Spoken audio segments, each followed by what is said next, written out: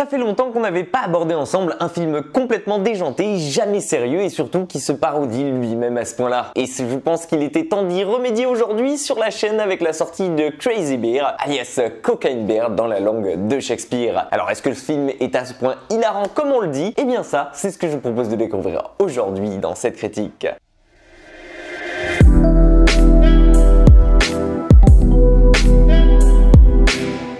Basé sur des faits réels ayant eu lieu bien entendu aux États-Unis dans les années 80, pendant les passes de drogue déversées le long de la côte par avion, si vous avez vu Barry Seal ou bien Narcos, je pense que vous connaissez assez largement cette méthode, eh bien vous allez suivre David et Eddie, deux gars qui travaillent pour un narcotrafiquant et qui sont à la recherche d'une cargaison entière de cocaïne qui a disparu. Le problème étant ici que le passeur lui-même est décédé en sautant de l'avion sans même pouvoir acheminer la coke à destination. Nos deux compères n'ont donc qu'une vague idée de l'endroit où celle-ci est censée se trouver et justement il se trouve que leur piste va les emmener tout droit au fin fond d'une forêt située au nord de la Géorgie. Une forêt assez réputée du coin et visitée par de nombreux randonneurs, protégée par des gardes forestiers, mais encore et surtout habitée par des ours noirs. Et oui, je vous le donne dans le mille, ce sont eux qui vont tomber en premier sur la cargaison. Et comme le titre du film l'indique, et comme vous l'imaginez sûrement, ce dernier va en profiter et s'en jeter une bonne dose. Alors bien entendu, un ours face à vous, ça peut être dangereux, mais un ours sous coke, c'est encore pire. Et c'est là tout le principe du film. Vous comprendrez donc assez rapidement, je pense, en passant ici d'un film de mafieux à un buddy movie, puis encore à un film de survie, le tout assez rapidement et sans jamais prendre le temps pour se poser, que ce Crazy Bear ne tient pas en place et que tout comme son scénario déjanté, il ne se prend jamais véritablement au sérieux. Et heureusement d'ailleurs, ça tombe bien parce que justement j'avais un peu peur personnellement qu'il se prenne trop au sérieux et que ça gâche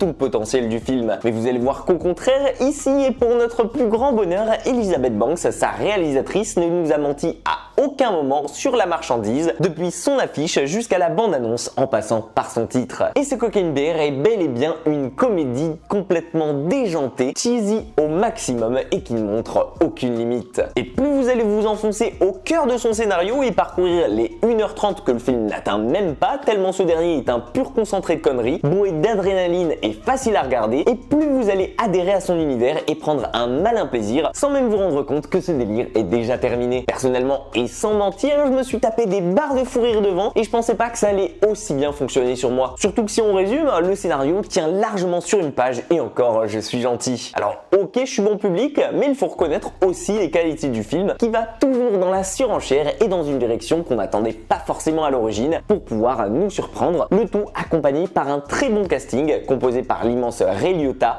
paix à son âme, Jesse Tyler de Modern Family, Christopher Idju de Game of Thrones ou encore Alden Ehrenreich que je suis très content de retrouver enfin à l'écran puisqu'on l'avait plus vu depuis Solo. C'est un acteur qui est méritant et qui est très bon et honnêtement ça me fait plaisir de le retrouver aujourd'hui. Et en plus de ça, bien évidemment, il ne faut pas oublier l'élément central du film, à savoir son ours noir qui est des plus réussis et des plus crédibles et heureusement encore puisque 90% des gags visuels passent par lui. Mais honnêtement, ça fait plaisir à voir qu'un film à petit budget avec à peine 30 millions réussit à avoir une CGI qui surpasse largement tous les derniers Marvel avec un budget de quasi 300 millions. Et honnêtement, quand on voit que rien qu'avec le marché US, le film est déjà largement rentabilisé, eh bien on peut qu'applaudir sa réalisatrice et tout son casting qui font cette comédie et à mes yeux un des must-see à ne pas rater en ce début d'année. Et vous, qu'est-ce que vous avez pensé de ce Crazy Bear? Trop cheesy et nanardesque à votre goût ou bien justement la dose de folie qu'il vous fallait cette semaine? Donnez-moi votre avis sur le film en commentaire si vous l'avez déjà vu ou bien au contraire, dites-moi si c'est un film que vous attendez et pourquoi. En tout cas, si la vidéo elle vous a plu, pensez à la liker et à vous abonner à la chaîne si ce n'est pas déjà fait, ça me ferait très plaisir. Prenez soin de vous et quant à moi je vous dis à très vite